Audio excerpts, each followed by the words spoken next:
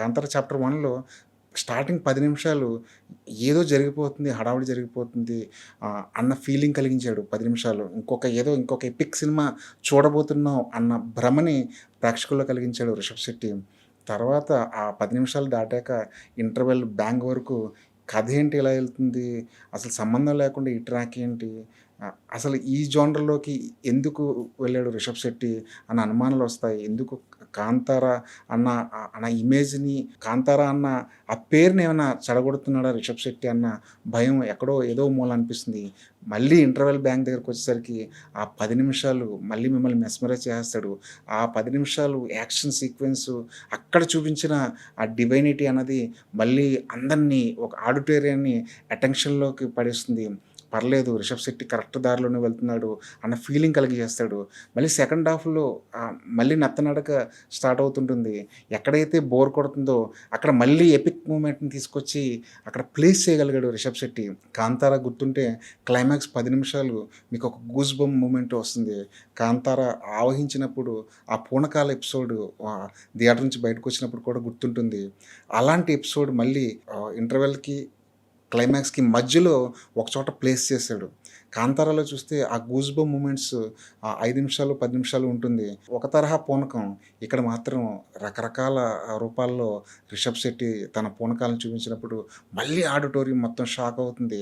మళ్ళీ అదే 'కాంతార 1' చూసినప్పుడు మీకొచ్చిన ఆ గూస్ బంప్ మూమెంట్స్‌ని మళ్ళీ ఇక్కడ కూడా చాలా బాగా రిపీట్ చేయగలిగాడు. 'కాంతార' చూసినప్పుడు ఫస్ట్ టైమ్ చూసినప్పుడు ఎలాంటి ఫీలింగ్ వస్తుందో అదే మూమెంట్ రిపీట్ అయినా సరే అక్కడున్న 'రిషబ్ శెట్టి' వల్ల, అక్కడ 'అజనీష్' ఇచ్చిన బ్యాక్‌గ్రౌండ్ స్కోర్ వల్ల, స్టోరీలో ఆ సీన్‌లో వచ్చిన డ్రామా వల్ల మనకి ఇంకా బాగా అనిపిస్తుంది. క్లైమాక్స్‌లో ముఖ్యంగా 20 నిమిషాల క్లైమాక్స్‌లో 'రిషబ్ శెట్టి' ఒక అద్భుతాన్ని సృష్టించాడు. ఆ 20 నిమిషాల కోసం అయినా సరే మళ్ళీ ఇంకోసారి థియేటర్‌కెళ్ళి చూడాలేమో సినిమా అన్నంత ఇంపాక్ట్‌ని క్రియేట్ చేశాడు. యుద్ధం వార్ ఎపిసోడ్ ఒకవైపు నడుస్తుంది. ఆ వెంటనే పరమశివుడి ఎంట్రీ, అంతకుముందు బ్రహ్మరాక్షసుడితో జరిగిన ఫైట్, తర్వాత చివర్లో శత్రు సంహారం ఇదంతా పర్ఫెక్ట్‌గా ప్లాన్ చేయగలిగాడు 'రిషబ్ శెట్టి.' అప్పటి వరకు సినిమా ఏంటి పక్కదారి పడుతుంది అన్న ఫీలింగ్ ఏదైతే ఎవరికైతే వస్తే ఆ ఫీలింగ్ మొత్తం మటుమాయం చేసేలాగా ఆ క్లైమాక్స్ మొత్తాన్ని డిజైన్ చేసి మళ్ళీ ఒక డివైన్ థాట్‌తో ఇంటికి పంపించాడు 'రిషబ్ శెట్టి.' రిషబ్ ఈ సినిమాలో నమ్మిందేంటంటే దేవుడు, దైవం, ఆ దైవానికి సంబంధించిన అంశాలు అవన్నీ పర్ఫెక్ట్‌గా ప్లాన్ జేసి ఎక్కడ ఎక్కడ అలాంటి మూమెంట్స్ ఎక్కడ పోస్ట్ చేస్తే ఆడియన్స్‌కి థియేటర్‌లో ఒక గూస్ బంప్ మూమెంట్ వస్తుందో రిషబ్‌కి బాగా తెలుసు. అవన్నీ పర్ఫెక్ట్‌గా ప్లాన్ చేసుకుంటూ ఈ సినిమా చూసినప్పుడు కూడా ఒక డివైనిటీ అన్నది ఒళ్ళంతా ప్రవహిస్తుంది. దాంతోనే అలాంటి ఫీలింగ్‌తోనే ఆడియన్స్ బయటకొస్తారు. రిషబ్ ఈ సినిమాలో చాలా విషయాలు చెప్పాలనుకున్నాడు. ఒకవైపు రాజ్యానికి సంబంధించిన కథ, ఒకవైపు కాంతార సంబంధించిన కథ, ఒకవైపు ఈశ్వరుడి పూదోటకు సంబంధించిన కథ, మరోవైపు క్షుద్ర శక్తులు, ఇంకోవైపు పరమశివుడు ఇలా రకరకాల అంశాల్ని ఒకే చోట క్రోడీకరించి చెప్పాలనుకున్నాడు. ఈసారి రిషబ్‌కి కలిసొచ్చిన అంశం ఏంటంటే బడ్జెట్లు బాగా పెరిగిపోయాయి. 'కాంతార' అన్నది బహుశా ఒక 20,00,00,000, 25,00,00,000 తీసిన సినిమా కావచ్చు. కానీ ఈ సినిమా మాత్రం 100,00,00,000, 150,00,00,000, 200,00,00,000 బడ్జెట్ లిమిటేషన్సే లేకుండా పెట్టుకుంటూ పోయారు. అదంతా స్క్రీన్ మీద కనిపిస్తుంటుంది. ఎప్పుడైతే కావాల్సినంత బడ్జెట్ చేతిలోకొచ్చిందో డైరెక్టర్ యొక్క క్రియేటివిటీ లెవెల్స్ పెరుగుతూ పోతుంటాయి. చివర్లో ఆ వార్ ఎపిసోడ్ గానివ్వండి, ఆ బ్రహ్మరాక్షసుడి ఎంట్రీ గానివ్వండి, ఇవన్నీ కూడా బడ్జెట్ సహకరించడం వల్ల రిషబ్ చేసుకున్న ఆ సెటప్‌లుగా కనిపిస్తుంటాయి. కాకపోతే సినిమా అంతా చూస్తున్నప్పుడు నాకనిపిస్తుందేంటంటే, 'కాంతార' అన్నది ఒక మట్టి కథ. అక్కడ రూట్స్‌లోకెళ్ళి 'కాంతార' కథని చెప్పగలరు. ఓహో! ఇలా జరిగుంటుందేమో, ఆ ప్రాంతంలో 'కాంతార' అనే ప్రదేశంలో ఇలాంటి కథ ఒకటి జరిగుంటుందేమో అని నమ్మశక్యం కలిగించేలాగా 'కాంతారా'ని డిజైన్ చేశాడు. అక్కడ కూడా డివైనిటీ అన్నది దశల వారీగా మనకు కలుగుతూ ఉంటుంది. సడెన్‌గా దేవుడిని తీసుకొచ్చేసి గూస్ బంప్స్ తెప్పించేయలేదు. దేవుడే కనిపించాడు 'కాంతారాలో'. 'కాంతారాలో' దేవుడు లేకుండానే ఒక డివైన్ మూమెంట్‌ని కలిగించాడు రిషబ్. అందుకే ఆ సినిమా క్లాసిక్ అయింది. 'కాంతార 1' అలా కాదు. 'కాంతారాలో' దేవుడు వస్తూనే ఉంటాడు. అమ్మవారు పూనుతూనే ఉంటారు. చివరిలో చాముండికి సంబంధించిన అంశ కూడా కనిపిస్తుంది. పులిని ఒక దేవుడిగా చూపిస్తారు. అంటే దేవుడిని డైరెక్ట్‌గా మీకు స్క్రీన్ మీద తీసుకొచ్చేసాడు. స్క్రీన్ మీదకి తీసుకొచ్చిన తర్వాత మనకి ఖచ్చితంగా పరమశివుడిని స్క్రీన్ మీద చూస్తే ఖచ్చితంగా 2 చేతులు జోడించి నమస్కారం పెట్టాలనిపిస్తుంది. ఆ గూస్‌బంప్ మూమెంట్స్ ఖచ్చితంగా ఆడియన్స్ కలుగుతాయి. కానీ 'కాంతారాలో' ఉన్న స్పెషాలిటీ ఏంటంటే అక్కడ దేవుడు లేకుండానే మిమ్మల్ని మెస్మరైజ్ చేశాడు. 'కాంతార 2' వరకు వచ్చేసరికి దేవుడిని తప్పకుండా దించాల్సిన పరిస్థితొచ్చింది. 'కాంతార' టెక్నికల్‌గా 'కాంతార చాప్టర్ 1' టెక్నికల్‌గా చాలా అద్భుతమైన స్టాండర్డ్‌లో ఉంది. ఎందుకంటే బడ్జెట్లు కావాల్సినంత బడ్జెట్‌లొచ్చినియి. దాన్ని కరెక్ట్‌గా ఎక్కడ ఏ సీన్‌కి ఎంత బడ్జెట్ కావాలో కరెక్ట్‌గా పోస్ట్ చేసుకోగలిగాడు.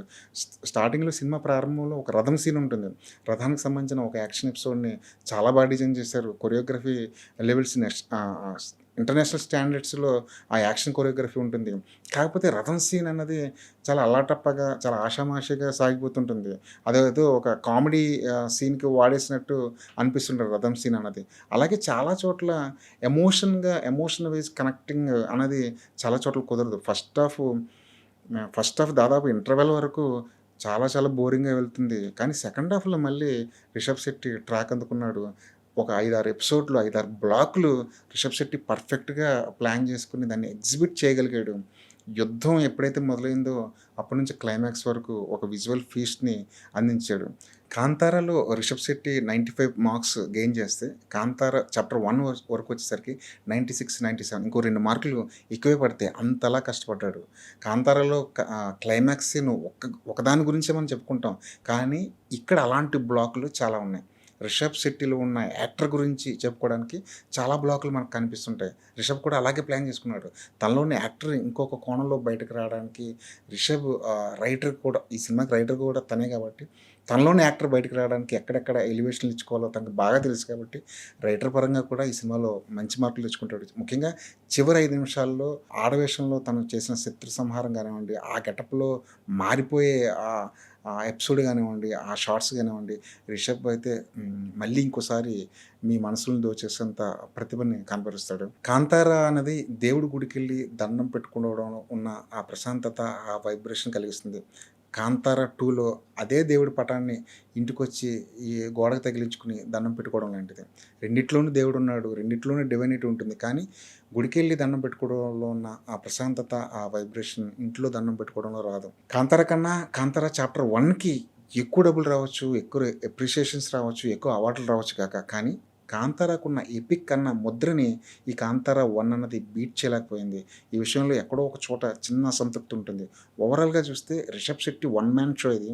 టెక్నికల్‌గా అద్భుతంగా ఉంది. రుక్మిణి వసంతన్ చేసిన పాత్ర కూడా ఆ పాత్రను డిజైన్ చేసిన విధానం ఫస్ట్‌లో ఈ యువరాణి ఏంటి ఎలా బిహేవ్ చేస్తుంది అనిపిస్తుంది. కానీ క్రమక్రమంలో ఆ పాత్ర ఫ్లిప్ అవ్వడం, ఆ పాత్ర నుంచి ఒక డ్రామా సృష్టించడం, ఒక ట్విస్ట్‌కి ఆ పాత్రను వాడుకోవడం అనేది చాలా బాగా వర్కౌట్ అయింది. టెక్నికల్‌గా ఈ సినిమాకి 100కి 100 మార్కులు వేయొచ్చు. రిషబ్ శెట్టి డైరెక్షన్ వాల్యూస్‌కి, అతని నటనకి అసలు ఎన్ని మార్కులు ఇచ్చినా తక్కువే. ఈ సినిమా కమర్షియల్‌గా మాత్రం నెక్స్ట్ లెవెల్ పెర్ఫార్మ్ చేస్తుందేమో బాక్స్ ఆఫీస్ దగ్గర అనిపిస్తుంది. కన్నడలో ఈ సినిమాకి ఢోకా లేదు. ఎందుకంటే వాళ్ళ రూట్స్ నుంచి వచ్చిన కథ కాబట్టి వాళ్ళ సాంప్రదాయాల్ని, వాళ్ళ కట్టుబాట్లని చెప్పిన కథ కాబట్టి, వాళ్ళ చరిత్ర చెప్పిన కథ కాబట్టి కన్నడలో ఎలాంటి ఢోకా లేకపోవచ్చు. ఇక నార్త్‌లోను మన చోట అంటే డివైనిటీకి సంబంధించిన అంశాలు ఎంత కనెక్ట్ అయితే నార్త్‌లో అంత మంచి పే ఆఫ్ ఈ సినిమాకి దొరికే అవకాశం ఉంది. తెలుగులో కూడా 'కాంతారా'ని భుజాల మీద యేసుకొని మోసారు తెలుగు ప్రేక్షకులు. ఈ సినిమాను కూడా చాప్టర్ 1 కూడా వాళ్ళకి నచ్చే అంశాలు ఎక్కువున్నాయి కాబట్టి ఫస్ట్ హాఫ్‌లో ఉన్న ల్యాగ్‌ని గానివ్వండి, సెకండ్ హాఫ్‌లో అక్కడక్కడ కథ ట్రాక్ తప్పడం అనే అంశాలను పక్కన పెట్టి చూస్తే, ఆ క్లైమాక్స్ 20 నిమిషాలు రిషబ్ శెట్టి ఇంకొక స్థాయిలోకి తీసుకెళ్ళిపోయాడు. మీరు రూ. 100 టికెట్ రేట్ పెడితే రూ. 50 రిషబ్ శెట్టి నటనకే ఇచ్చేయొచ్చు. ఇంకో రూ. 50 క్లైమాక్స్‌లో అతను చూపించిన విధ్వంసానికి ఇచ్చేయొచ్చు. ఆ పరమశివుడి ఆవాహన, ఆ పరమశివుడిని తీసుకొచ్చిన విధానం, అతని ఆ సీన్‌లో రిషబ్ శెట్టి పెర్ఫార్మెన్స్ ఇదంతా టాప్ నాచ్‌లో ఉన్నాయి. అందరికి నచ్చే అంశాలు దీంట్లో చాలా ఉన్నాయి. ప్రశాంతంగా 'కాంతార' 'కాంతారా'ని అన్న బ్యాగేజ్‌ని భుజాల మీద వేసుకోకుండా ఒక కొత్త సినిమా చూస్తున్నాం అనుకుని థియేటర్‌కి వెళ్తే 100కి 100 పాళ్ళు మీ టికెట్ రేట్ గిట్టుబాటు అయ్యే అంశాలే ఎక్కువున్నాయి దీంట్లో. కాంతార కన్నా గొప్పగా ఉంటుంది. కాంతార ఎపిక్ అయితే దానికి దాటిన సినిమా ఏదో రిషబ్ శెట్టి ఇస్తాడు అనుకుని మాత్రం థియేటర్‌కెళ్తే కాస్త డిసప్పాయింట్ అయ్యే అవకాశాలున్నాయి. మొత్తానికి మీ రూ. 100 మీరు టికెట్ రేట్ పెట్టిన ఆ డబ్బులకైతే ఎలాంటి డోకా లేదు. అలా దానికి సంబంధించిన ఎంటర్‌టైన్‌మెంట్ రిషబ్ తప్పకుండా ఇచ్చేస్తాడు. ఇది ఈ 'కాంతార' చాప్టర్ 1కి సంబంధించిన మా జెన్యూన్ రిపోర్టు. మరి 'కాంతార' చూసిన తర్వాత మీకెలా అనిపించింది? 'కాంతార' కన్నా 'కాంతార' చాప్టర్ 1 బావుందా? లేదంటే 'కాంతార' చాప్టర్ 1 కన్నా 'కాంతార' బావుందా? ఈ 2 విషయాల్లో మీరు దేన్ని ఏకీభవిస్తారు? మీ జెన్యూన్ రిపోర్ట్ ఏంటి? మీ సినిమా చూస్తే మీకు కలిగిన అభిప్రాయం ఏంటి? కామెంట్ బాక్స్‌లో మెన్షన్ చేయండి.